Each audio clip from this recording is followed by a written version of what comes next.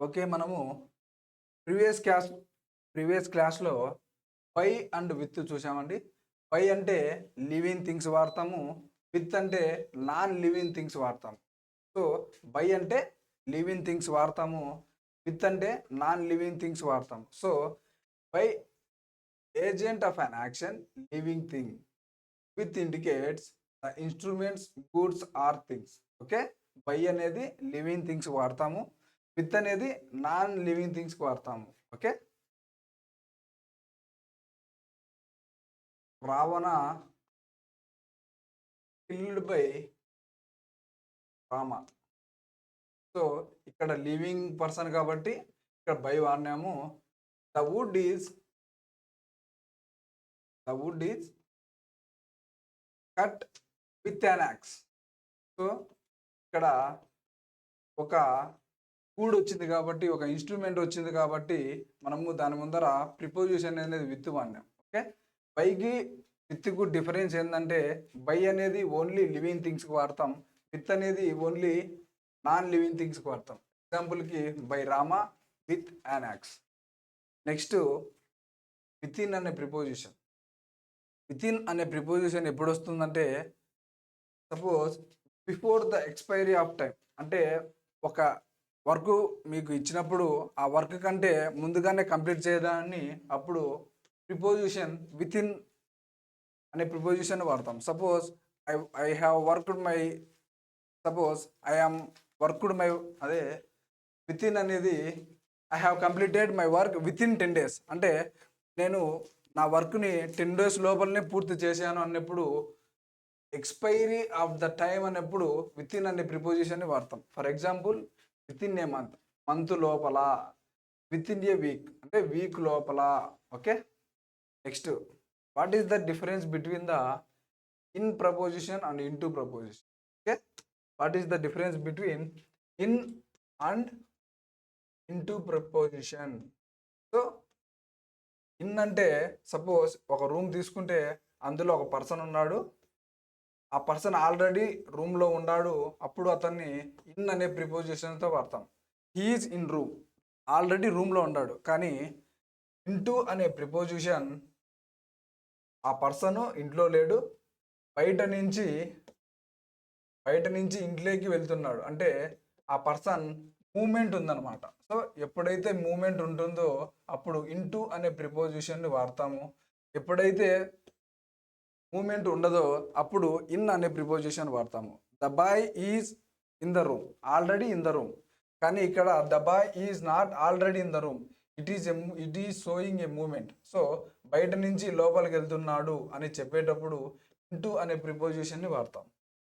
Next చూడండి. It shows rest అంటే no movement అని. It shows rest no movement అనేది చెప్తుంది. Within anything. For example frog lived in the well. Okay.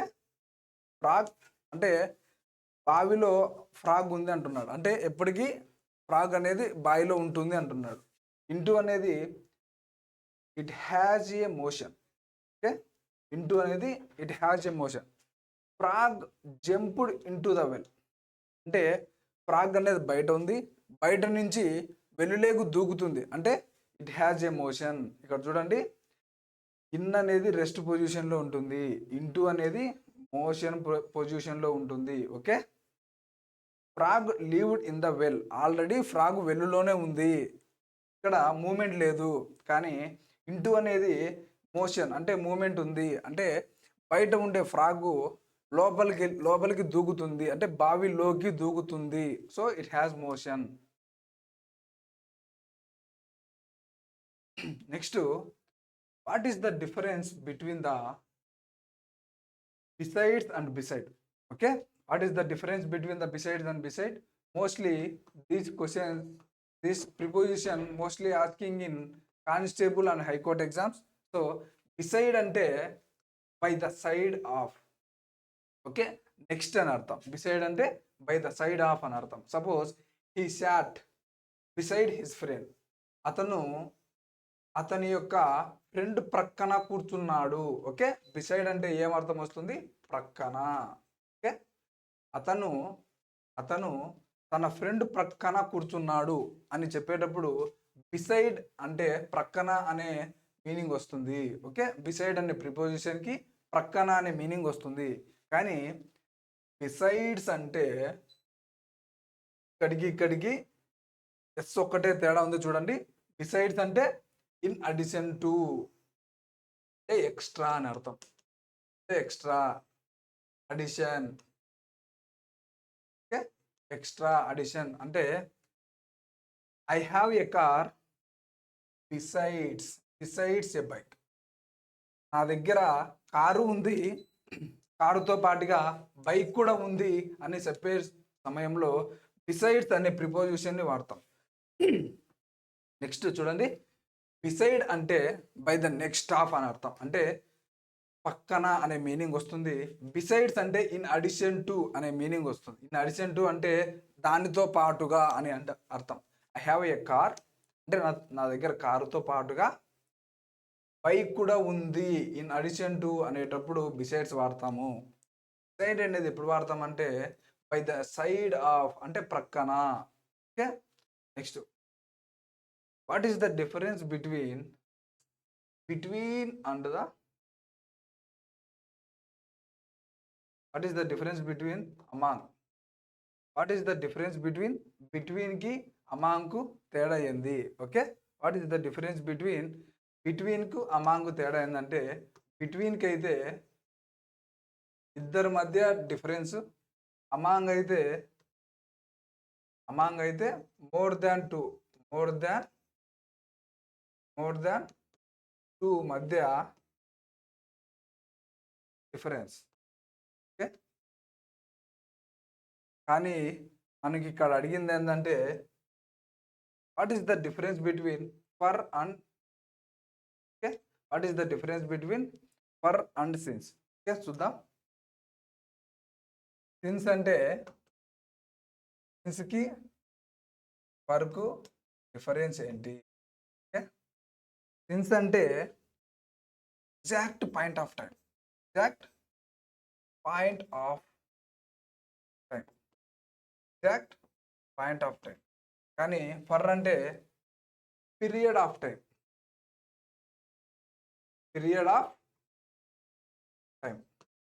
So exact point of టైంకి period of టైంకి చాలా తేడా ఉంది. అంటే exact point of time and period of time అంటే ఖచ్చితత్వం లేనిది, ఖచ్చితత్వం ఉండేది.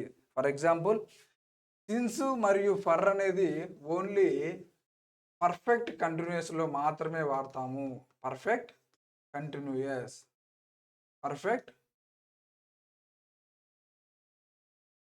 కంటిన్యూస్లో మాత్రమే వాడతాము. పర్ఫెక్ట్ కంటిన్యూస్ యొక్క స్ట్రక్చర్ ఎలాగుంటుందంటే subject plus have or have plus been plus V4 plus object. Okay, subject plus have or have plus been plus V4 plus object. So since అనే ప్రిపోజిషను మరియు ఫర్ అనే ప్రిపోజిషను ఓన్లీ పర్ఫెక్ట్ కంటిన్యూస్లో మాత్రమే వాడాలి. Perfect continuous అని ఎట్లా కనుక్కోవాలంటే subject plus has లేదా హ్యావ్ అనే have forms plus been plus V4 plus object ఉన్నప్పుడు మాత్రమే సిన్స్ మరియు ఫర్ అనే ప్రిపోజిషన్స్ వస్తాయి. దీనికి 2 ఎగ్జాంపుల్స్ చూద్దాం చూడండి.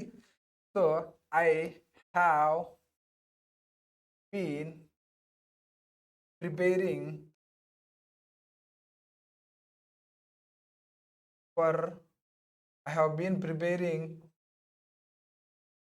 UPSC సిన్స్ 2022 అన్నాం అనుకోండి. Okay, I have been preparing UPSC since 2022. Okay, ఇక్కడ మనకు సిన్స్ వస్తానే ఖచ్చితంగా ఎగ్జాక్ట్నెస్ ఉండాలి. అంటే 2022 నుంచి ప్రిపేర్ అవుతున్నాను అనేది ఇక్కడ ఎగ్జాక్ట్ పాయింట్ ఆఫ్ టైం చూపిస్తుంది కాబట్టి సిన్స్ వాడుతున్నాం. సో ఇదే ఎగ్జాంపుల్ని ఫర్ వచ్చినప్పుడు ఏ విధంగా వాడతామో చూద్దాం. So I have been preparing UPSC for 3 years అన్నాను అనుకోండి. Okay, I have been preparing for UPSC for 3 years అన్నాం అనుకోండి. సో ఇక్కడ 2022 అని ఖచ్చితంగా చెప్తున్నాము, కానీ ఇక్కడ నేను 3 ఏళ్ల నుంచి మాత్రమే ప్రిపేర్ అవుతున్నాను అని చెప్పేది ఇక్కడ పీరియడ్ ఆఫ్ టైం. అంటే there is no exactness for for preposition. Here exactness point of time for since preposition. So since దగ్గర ఎగ్జాక్ట్ పాయింట్ ఆఫ్ టైం ఉంది, ఫర్ దగ్గర ఎగ్జాక్ట్ పాయింట్ ఆఫ్ టైం లేదు. సో సిన్స్ అనే ప్రిపోజిషన్కి for అనే ప్రపోజిషన్కి తేడా ఏంటంటే ఎగ్జాక్ట్ పాయింట్ ఆఫ్ టైం, ఇక్కడ period of time. So since అనే ప్రిపోజిషన్ మరియు ఫర్ అనే ప్రిపోజిషన్ ఓన్లీ పర్ఫెక్ట్ కంటిన్యూస్లో మాత్రమే వాడాలి. దాని యొక్క స్ట్రక్చర్ ఎలాగుంటుందంటే సబ్జెక్ట్ ప్లస్ హ్యాజ్ వచ్చినప్పుడు ఏం వాడాలంటే ఓన్లీ సింగులర్ నౌన్ కానీ ప్రొనౌన్ వచ్చినప్పుడు మాత్రమే వాడాలి. హ్యావ్ వచ్చినప్పుడు ప్లూరల్ నౌన్ కానీ ప్రొనౌన్ వచ్చినప్పుడు మాత్రమే హ్యావ్ అనే ఫామ్ వాడాలి. సో బీన్ ప్లస్ V4 అంటే V4 అంటే V1 ప్లస్ ఇంగ్ అనమాట, జెరండ్ ఫామ్. జెరండ్ అంటే ing form. V1 plus ing form లేదా V4 ప్లస్ ఆబ్జెక్ట్ వచ్చినప్పుడు మాత్రమే, ఓన్లీ పర్ఫెక్ట్ కంటిన్యూస్ వచ్చినప్పుడు మాత్రమే సిన్స్ లేదా ఫర్ అనే ప్రిపోజిషన్స్ వాడాలి. సిన్స్ అంటే exact point of time, for అంటే పీరియడ్ ఆఫ్ టైం వచ్చినప్పుడు ఈ 2 ప్రిపోజిషన్లు వాడాల్సింది ఉంటుంది. సో చూద్దాం, ఎగ్జాంపుల్ చూద్దాం. ఇంకా చూడండి, ఫర్ అంటే period of time. Example, I have been working for 7 hours. అంటే 7 అవర్స్ నుంచి ప్రిపేర్ అవుతున్నా అని చెప్తున్నాడు, కానీ నేను ఇన్ని గంటల నుంచి ప్రిపేర్ అవుతున్నా అని చెప్పలేదు. అందుకే ఇక్కడ ఫర్ అనే ప్రిపోజిషన్ వచ్చింది. ఓకే, చూడండి, I have been working for 7 hours. So ఇక్కడ ఎగ్జాక్ట్ పాయింట్ ఆఫ్ టైం లేదు కాబట్టి ఇక్కడ పీరియడ్ ఆఫ్ టైం ఉంది కాబట్టి ఇక్కడ మనము ఫర్ అనే ప్రిపోజిషన్ని ఉపయోగించాము.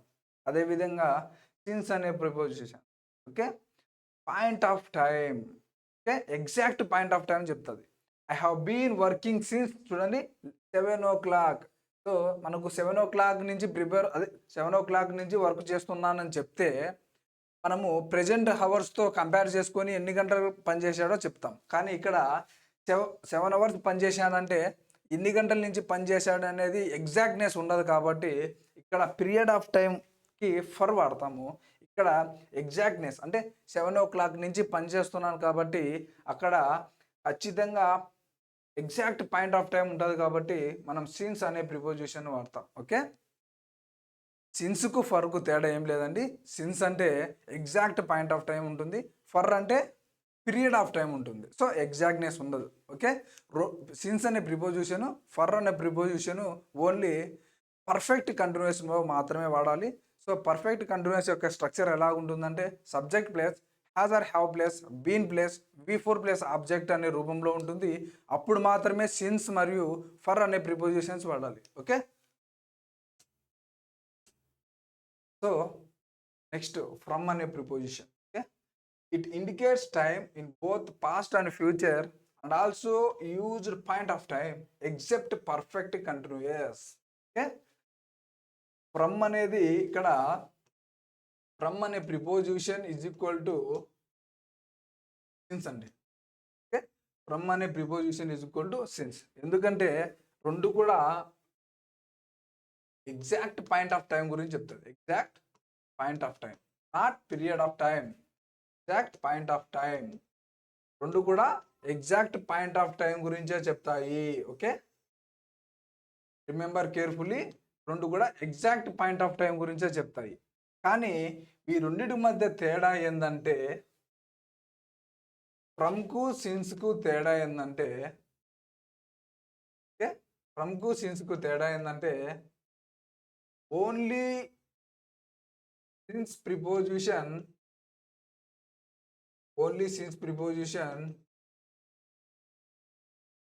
used in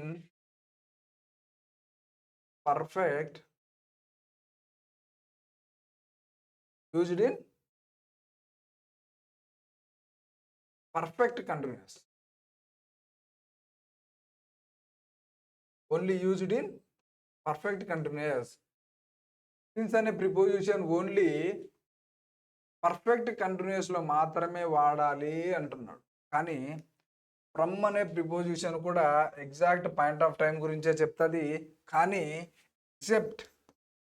ఎగ్జెప్ట్ perfect continuous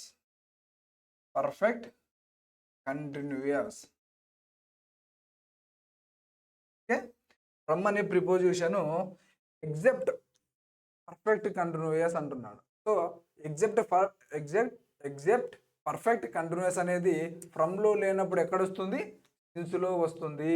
so ఇక్కడ ఎగ్జెప్ట్ అంటున్నాడు కాబట్టి ఈ పర్ఫెక్ట్ కంటిన్యూయస్ అనేది సిన్స్కి వస్తుంది.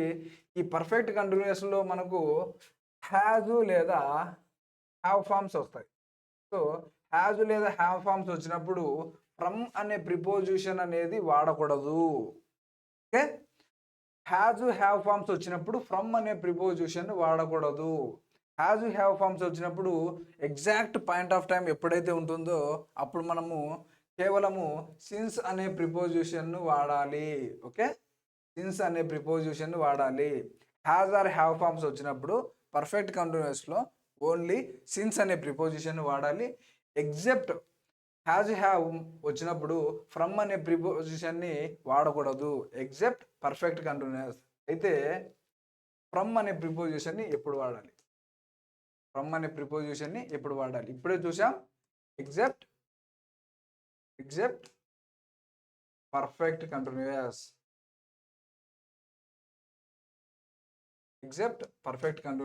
అంటే మనకు మిగతా ఫార్మ్స్ ఏమున్నాయి? Simple present, simple past,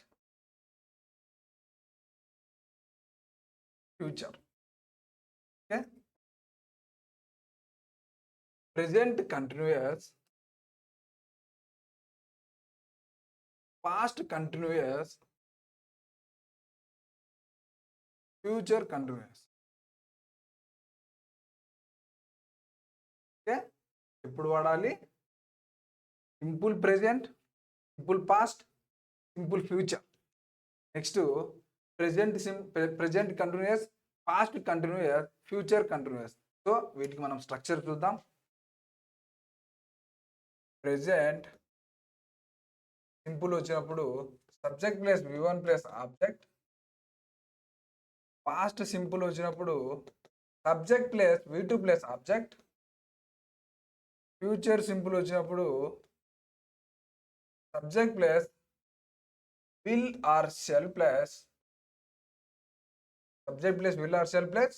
V1 plus object. ఇటువంటి సమయంలో ఫ్రమ్ అనే preposition exact point of time అనే ప్రిపోజిషన్ని ఇప్పుడు present simple, past simple, future simple. Suppose subject I go to school from Monday. Okay, చూడండి, I go to school from Monday. So ఈ స్ట్రక్చర్లో మనం ఫ్రమ్ అనే ప్రిపోజిషన్ వాడచ్చు. I went to school from last Monday. Okay, I went to school from last Monday ఎందుకంటే ఇక్కడ past ఉంది. Okay, I went to school from last Monday. Next future, I will go to school from next Monday. So ఇక్కడ ఖచ్చితంగా from అనేది వాడుతున్నాం. ఎగ్జెప్ట్ perfect కంటిన్యూస్లో తప్ప మిగతా అన్ని చోట్ల కూడా మనము ఫ్రమ్ అనే ప్రిపోజిషన్ వాడచ్చు. So present simple, past simple and future simple మూడు స్ట్రక్చర్ రూపంలో కాకోకుండా మనము present continuous, past continuous, future continuous.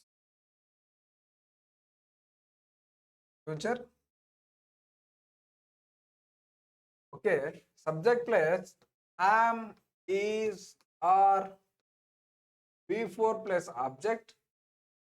Okay, subject plus am, is, are plus V4 plus object. Present continuous. So I am going to school from Monday. I am going to school from Monday. So Monday అనేది exactness చెబుతుంది కాబట్టి ఇక్కడ am is are వచ్చినప్పుడు కూడా from అనే ప్రిపోజిషన్ని exact point of time దగ్గర వాడచ్చు. Next subject place was or were place before plus object. Past కంటిన్యూస్లో కూడా మనం ఎగ్జాక్ట్నెస్ ఉంటే ఫ్రమ్ అనే ప్రిపోజిషన్ వాడచ్చు.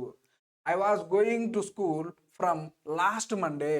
Okay, I was going to school from last Monday. So was were వచ్చినప్పుడు కూడా ఫ్రమ్ అనే ప్రిపోజిషన్ని వాడచ్చు. Okay, subject place future continuous. Subject place will be or shall be plus before plus object. Okay, will be and shall be వచ్చినప్పుడు కూడా మనము from అనే ప్రిపోజిషన్ని వాడచ్చు.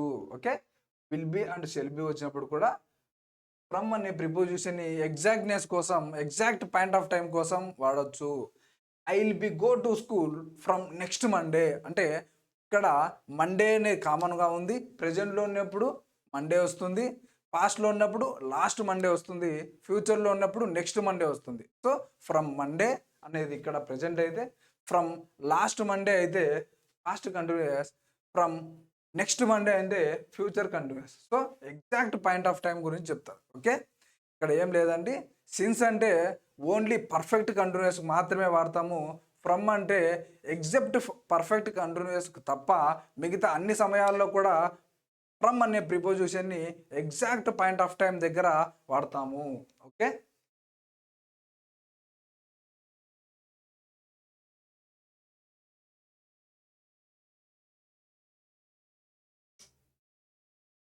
నెక్స్ట్ చూడండి.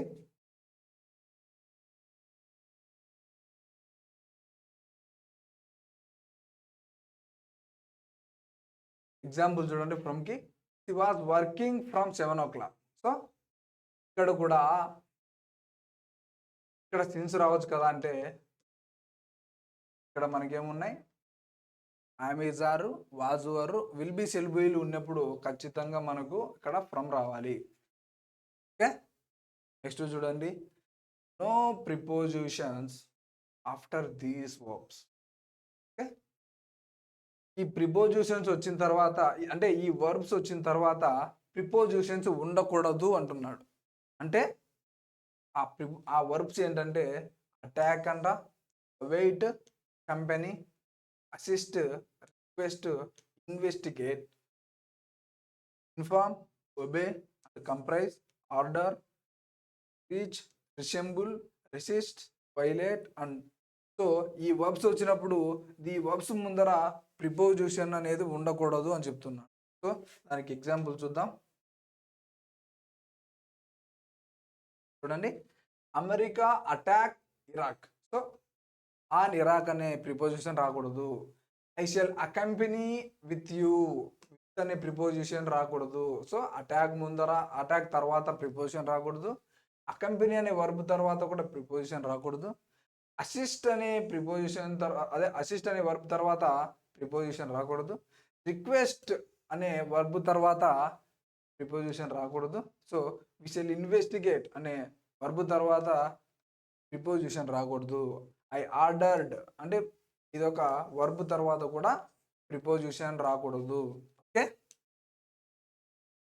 Suppose identify the position. ఒక పొజిషన్ను ఐడెంటిఫై చేసేటప్పుడు దానికి ఎగ్జాంపుల్ రూపంతో తీసుకున్నాం. The rabbit run around the house. Suppose ఇది ఒక హౌస్ అనుకుంటే, ర్యాబిట్ అనేది దీని చుట్టూ తిరుగుతుంది అంటున్నాడు. సో అటువంటి టైంలో అరౌండ్ అనే ప్రిపోజిషన్ని వాడతాము. Okay, next have you ever been to Chennai. నువ్వు చెన్నైకి అని వాడతాం కదా. So suppose if you are going to any place you should use the preposition to. Okay, next phrases of preposition. Suppose ప్రిపోజిషన్స్లో ప్రేజెస్ వచ్చినప్పుడు ఏ విధంగా చూడాలి. I finished my project work several days ahead of deadline. Okay, I finish my project work several days ahead of deadline. Suppose నాకు March 31కు ఒక dead line ఇచ్చారు project work complete చేయమని, కానీ నేను కొన్ని రోజుల ముందే ఆ ప్రాజెక్ట్ వర్క్ని కంప్లీట్ చేశాను. అటువంటి టైంలో ఏ హెడ్ ఆఫ్ అనే ప్రిపోజిషన్ని వాడతాము. హెడ్ ఆఫ్ ప్రిపోజిషన్ ఎప్పుడు వాడతాము అంటే ఇచ్చిన టయానికంటే ముందే అనే సమయంలో మనము హెడ్ ఆఫ్ అనే ప్రిపోజిషన్ని వాడతాము. Shravani goes to school along with Yamuna. Suppose ఇది ఒక స్కూల్ అనుకుంటే శ్రావణి అండ్ యమున. సో యమున ఒక్కటే పోతే Yamuna is going to school అంటాం. Yamuna is going along with అంటే శ్రావణితో పాటుగా ఇంకొకరు వెళ్తే అటువంటి సమయంలో మనము అలాంగ్ అనే ప్రిపోజిషన్ని వాడతాము. సో ఒకరితో పాటుగా వెళ్ళేటప్పుడు మనము అలాంగ్ అనే ప్రిపోజిషన్ని వాడతాము. ఓకే, నెక్స్ట్ ప్రిపోజిషన్ చూద్దాం. My house stands in addition to all the other houses in the street as big in size. Okay, మా హౌస్ చూసుకుంటే మా స్ట్రీట్లో అన్నిటిలేకల్లా మాది చాలా పెద్దగా ఉంది అని చెప్పేటప్పుడు కూడా ఇన్ అడిషన్ టు అనే ప్రిపోజిషన్ని వాడతాము. ఓకే, నెక్స్ట్ చూడండి. Madhu got a good job by means of his own skills. Okay, తానంతకు తాను స్కిల్స్ నేర్చుకొని జాబ్ కొట్టాడు అనే సమయంలో కూడా బై మీన్స్ ఆఫ్ అనే ప్రిపోజిషన్ని వాడతాము. Okay, suppose due to and in case of మనము ఈ విధంగా జరిగి ఉంటే అని చెప్తాం కదా. ఇన్ కేస్ ఆఫ్ అంటే ఈ విధంగా జరిగి ఉంటే అనేటప్పుడు కూడా మనము ఇన్ కేస్ ఆఫ్ అనే ప్రిపోజిషన్ని వాడతాము. సపోజ్ ఈరోజు క్రికెట్ జరిగింది అనుకోండి. సో ఆ షాట్ ఇలా ఆడి ఉంటే ఇలా ఆడుకోకుండా ఉంటే అని ఇన్ కేస్ ఆఫ్ అనే సమయంలో మనం వాడతాము. Okay, in case of fire ring the alarm bell. Okay, అటువంటి సమయంలో మనము ఇన్ కేస్ ఆఫ్ అనే ప్రిపోజిషన్ని వాడతాం. నెక్స్ట్ చూసాం విత్ అండ్ బైకి తేడా ఏందో చూసినాం. విత్ అనే ప్రిపోజిషన్ ఎప్పుడు వాడతాం? For non living things.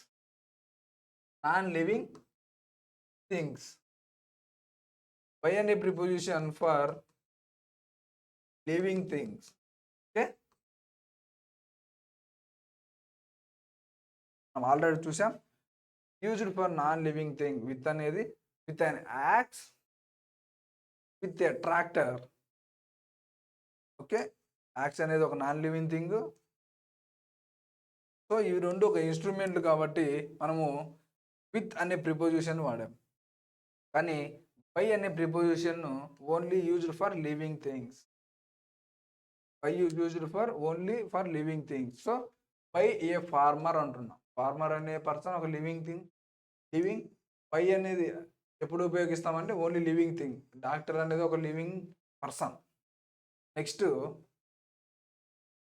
Most important ఇక్కడ నుంచి కరెక్షన్ ఆఫ్ సెంటెన్సెస్లో ఈ వర్డ్స్ ఇస్తుంటారు. ఎప్పుడైతే superior, inferior, senior, junior, preferable, preferred, prior, interior, exterior and elder ఎప్పుడైతే ఈ వర్డ్స్ వస్తాయో ఆ వర్డ్స్ తర్వాత వచ్చినప్పుడు మనము దాన్ అనే ప్రిపోజిషన్ని ఉపయోగించకూడదు. ఓకే, ఎక్కువ సుపీరియర్ దాన్, జూనియర్ దాన్, అతను నాకంటే పోల్చుకున్నప్పుడు దాన్ అనేది ఎక్కువగా ఉపయోగిస్తున్నాము. సో ఈ సీనియర్ దాన్ మీ అనేది ఉపయోగించకూడదు. ఓన్లీ టు అనే ప్రిపోజిషన్ మాత్రమే ఉపయోగించాలి. ఎప్పుడు?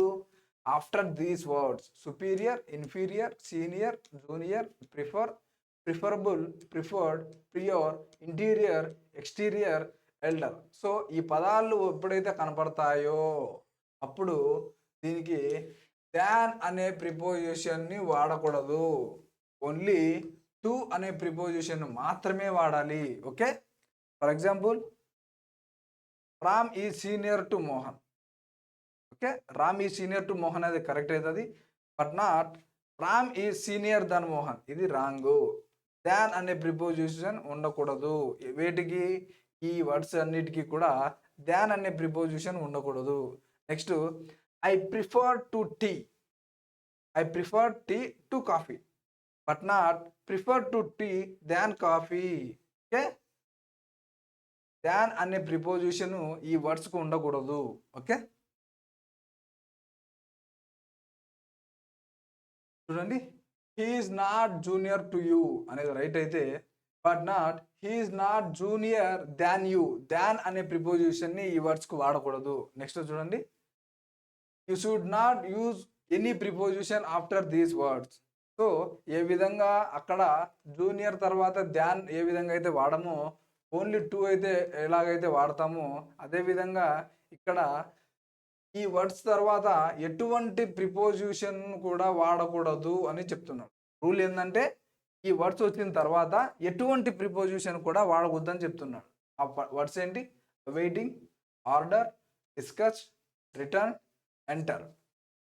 ఓకే, ఎప్పుడైతే ఈ వర్డ్స్ కనిపిస్తాయో ఆ వర్డ్స్ తర్వాత ఎటువంటి ప్రిపోజిషన్ ఉండకూడదని చెప్తున్నాడు. I am waiting for your reply. I am waiting your reply, ఇది కరెక్ట్ అవుతుంది. కానీ but not I am waiting for your reply అనే ప్రిపోజిషన్ వాడకూడదు. సో ఈ వర్డ్స్ తర్వాత ఎటువంటి ప్రిపోజిషన్ కూడా వాడకూడదు అనే రూల్ ఇక్కడ చెప్తుంది. బాగా గుర్తుంచుకోండి, ఈ వర్డ్స్ ఎప్పుడైతే కనబడతాయో ఆ వర్డ్స్ తర్వాత ఎటువంటి ప్రిపోజిషన్ కూడా వాడకూడదు. Okay,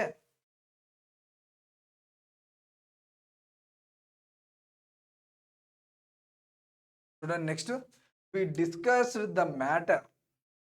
okay, we discuss the matter అనేది కరెక్ట్ అవుతుంది. But not we discuss about అనేది కూడా రాకూడదు. ఓకే, ఈ పదాలు ఎప్పుడైతే కనిపిస్తాయో ఆ పదాల తర్వాత ఎటువంటి ప్రిపోజిషన్లు కూడా ఉండకూడదు. ఓకే, బాగా గుర్తుంచుకోండి. ఇవి కరెక్షన్ ఆఫ్ సెంటెన్సెస్ రూపంలో ఇస్తుంటాడు. కరెక్షన్ ఆఫ్ సెంటెన్సెస్ లేదా ఎర్రర్స్లో ఇస్తుంటాడు. క్వశ్చన్స్ ఎక్కువగా కరెక్షన్ ఆఫ్ సెంటెన్సెస్ లేదా ఎర్రర్స్ రూపంలో ఇస్తుంటాడు. చూద్దాం. The minister return this evening. Okay, the minister return this evening, but not the minister return back